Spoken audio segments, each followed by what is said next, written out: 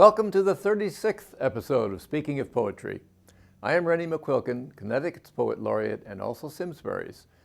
I am delighted to present bi-monthly readings by some of the area's finest poets, and am very pleased today to be joined by Laura Altshul, who will read some new and unpublished poems as well as others from her recent poetry collection, Searching for the Northern Lights.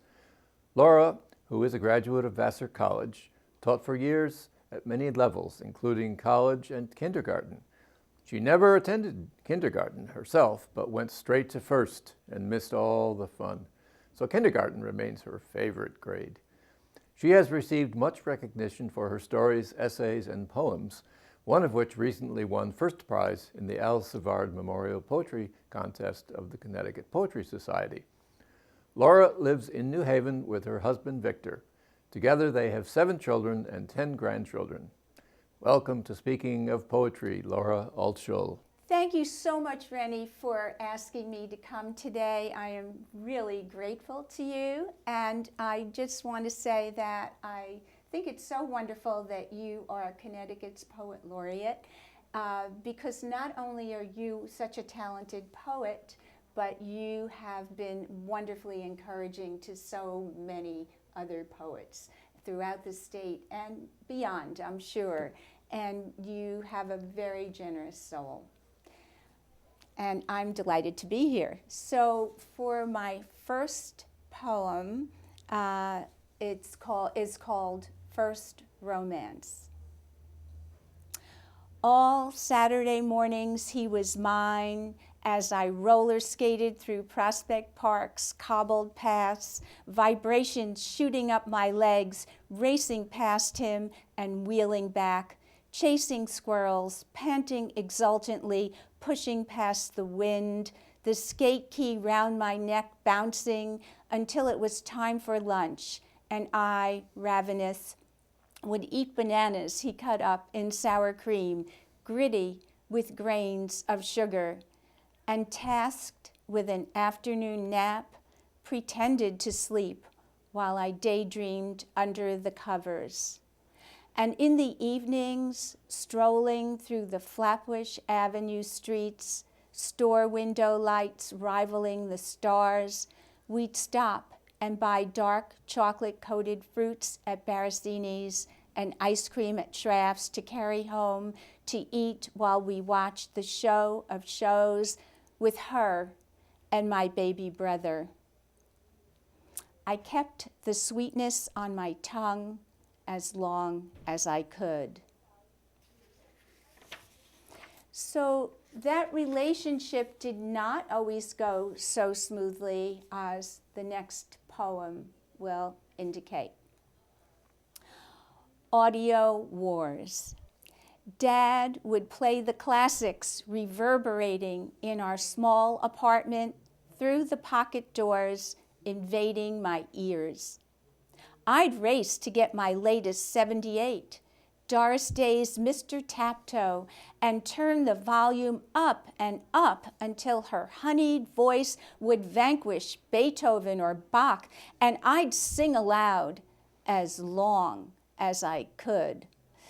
"Stop it, both of you," my mother would scream, urging ceasefire, but it was no use. Those were the years we locked onto opposing sides. By the time I went away to college, we'd truced on the music, and I left with the victor's gift, his classical LPs. This next poem continues about the relationship. Stuck Together.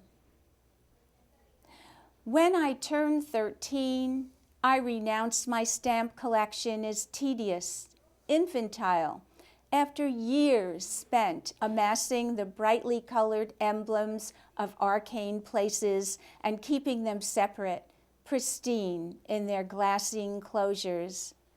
I had them from the 40s and 50s, presidents, overrun countries, faces and flags featured in shelved albums. Long after I lost interest, My father kept bringing them home each time a new issue appeared. I shrugged.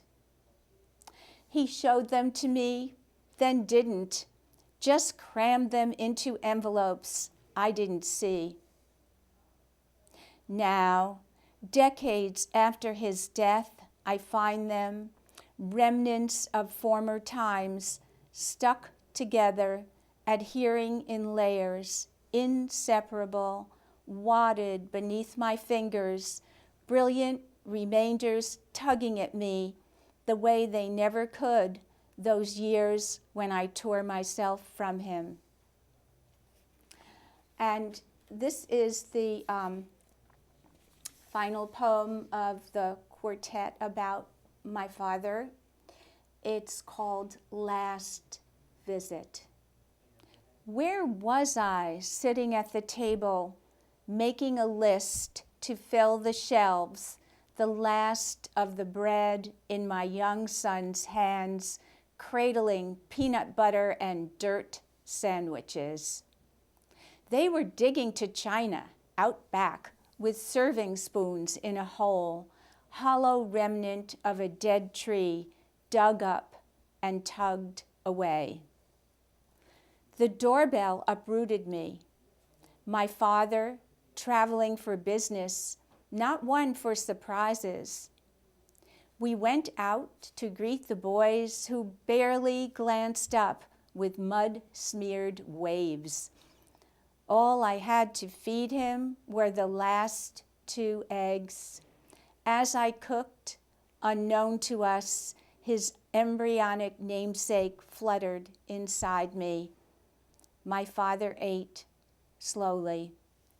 Leaving, he said he loved me so, phrase not often spoken.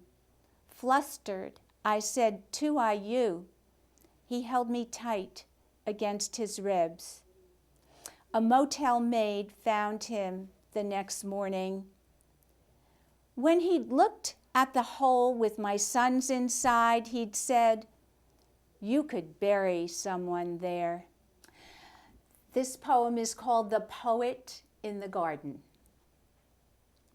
She has left the brazen dahlias, those gorgeous overblown flowers, bordering the front with brilliance for her vegetable patch out back.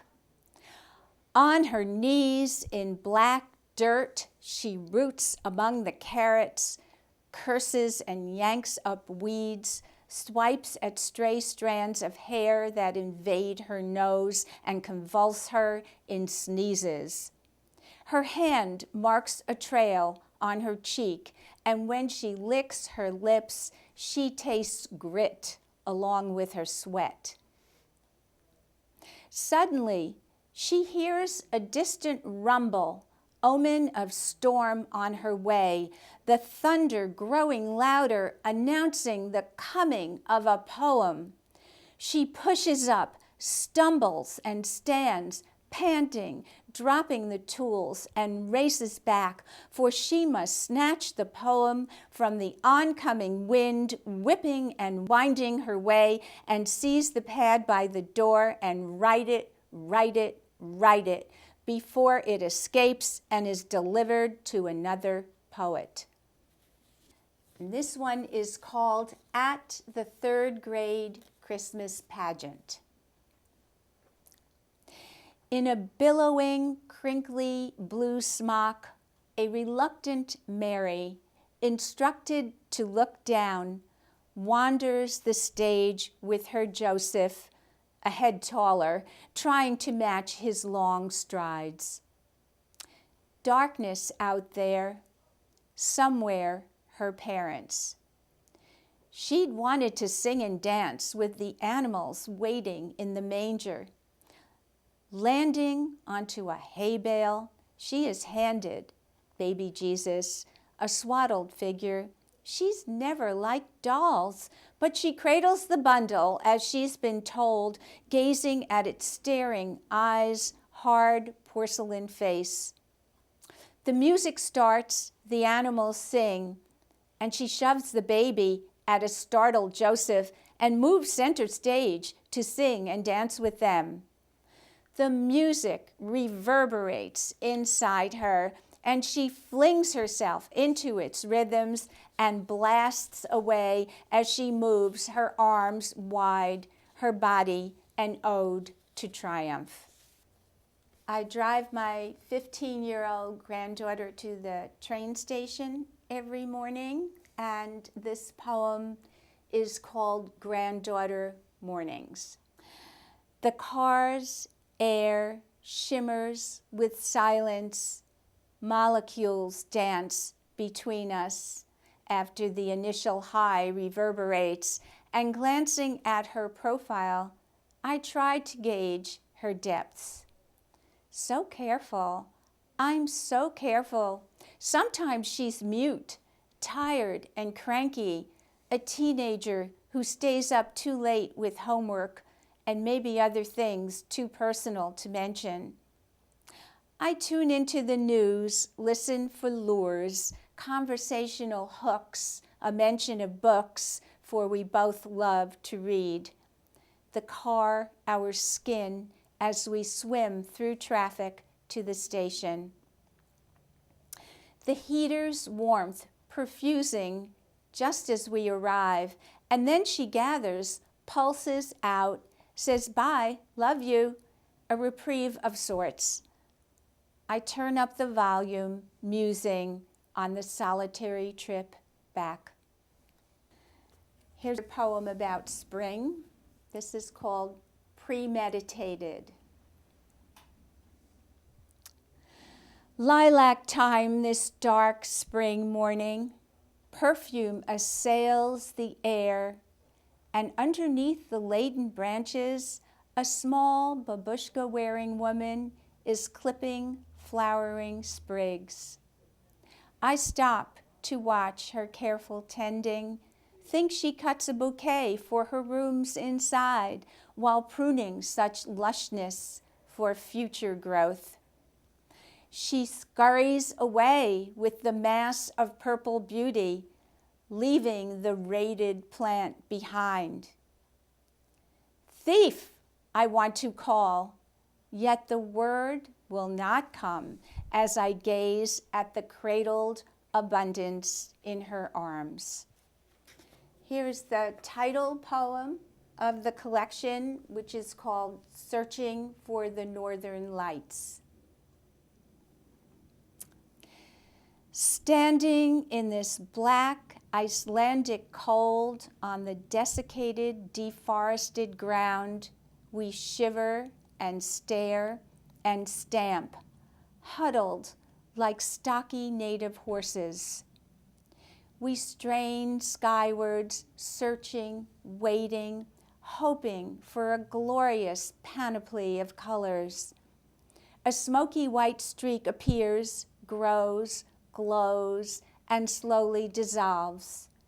We retreat to heated vehicle, defeated by the icy wind, our chattering teeth, and the wispiness of the dream.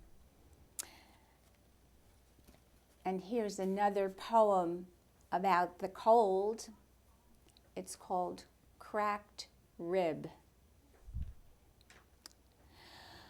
A slide on the ice, bam, went the stars, ushering in the pain. How Adam must have felt with one removed to forge another, or maybe it was sweet relief to have the additional space inside. Each inhale a reminder of the original fall. No escaping this assault.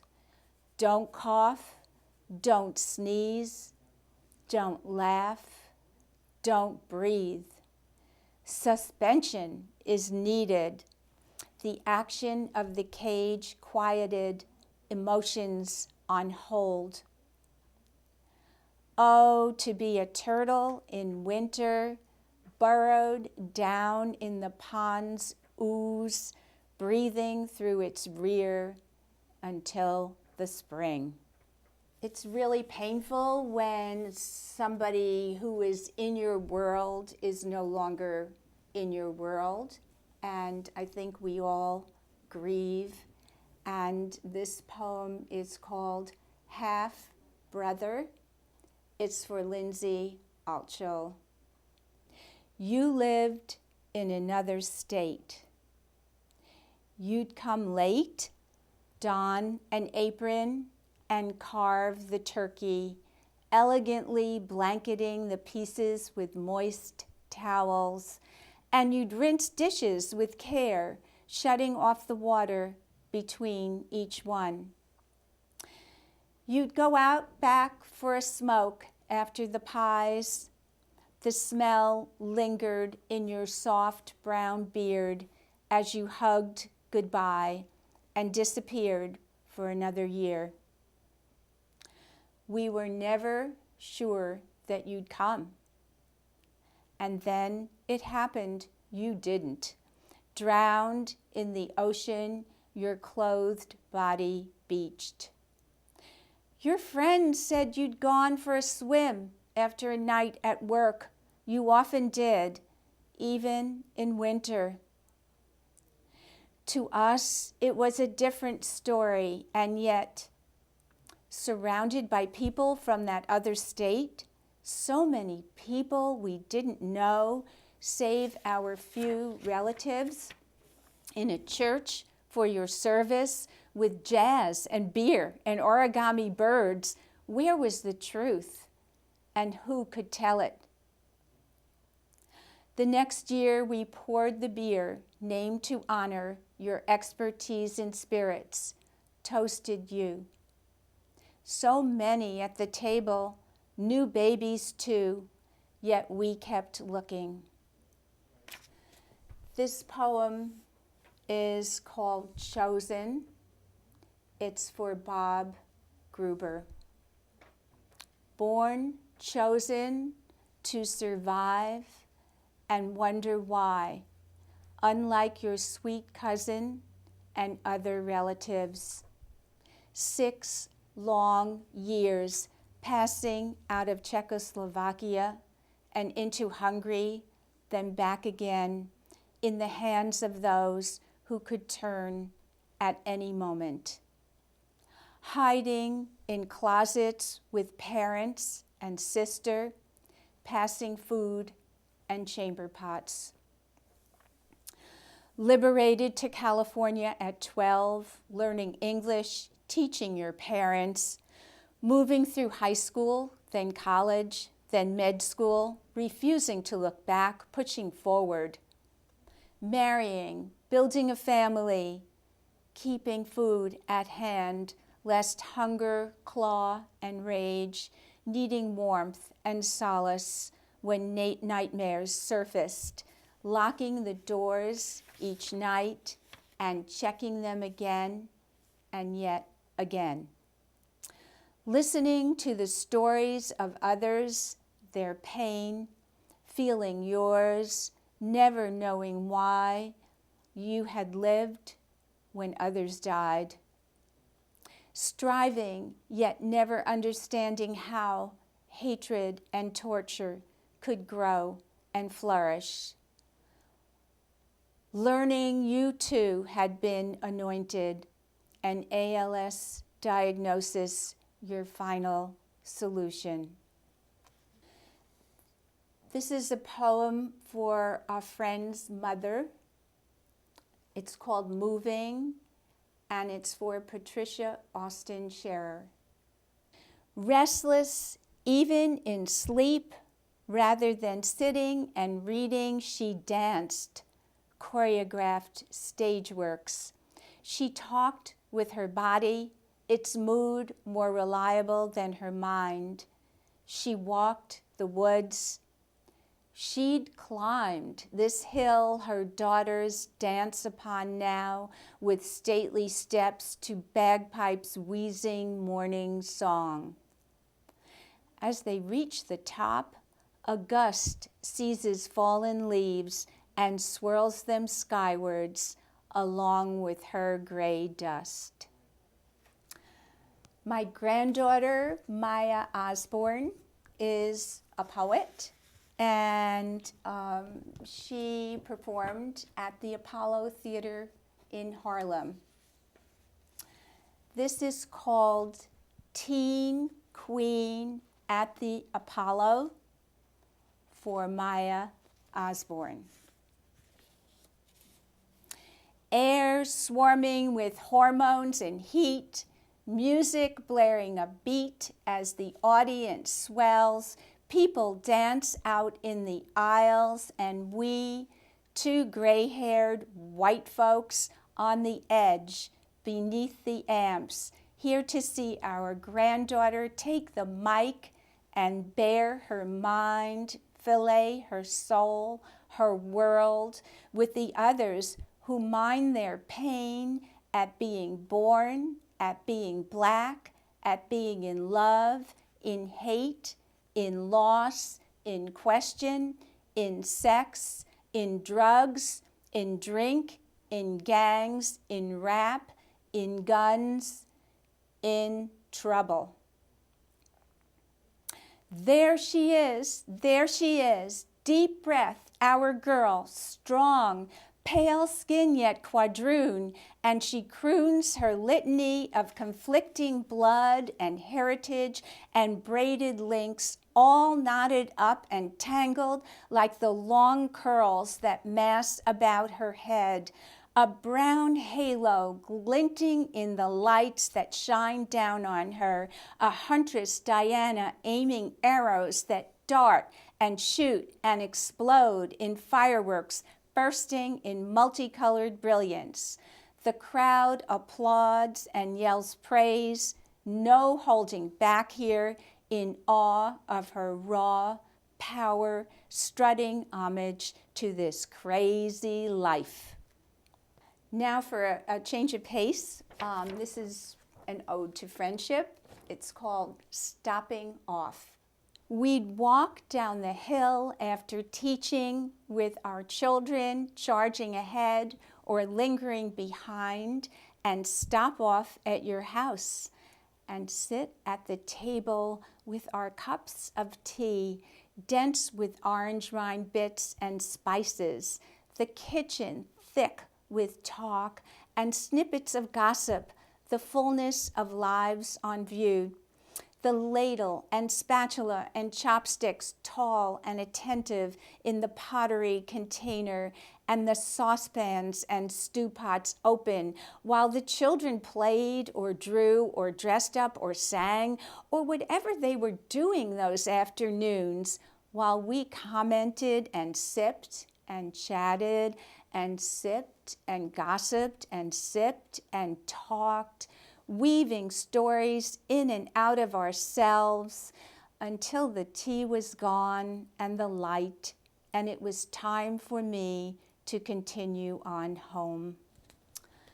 The last two poems are about my husband, Victor Altshul. The first one is called Mating Dance.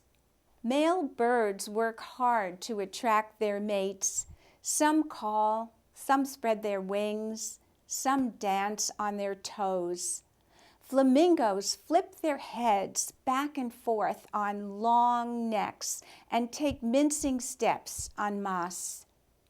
The ruby-throated hummingbird whizzes brightly up and down, stops and circles, his 1,000 heartbeats before her. It's spring, and my husband, just past 80, prances into our bedroom, arms outstretched, singing "Que gelida menina," baring his chest and preening before me. He twirls, swirls, glides beside the bed.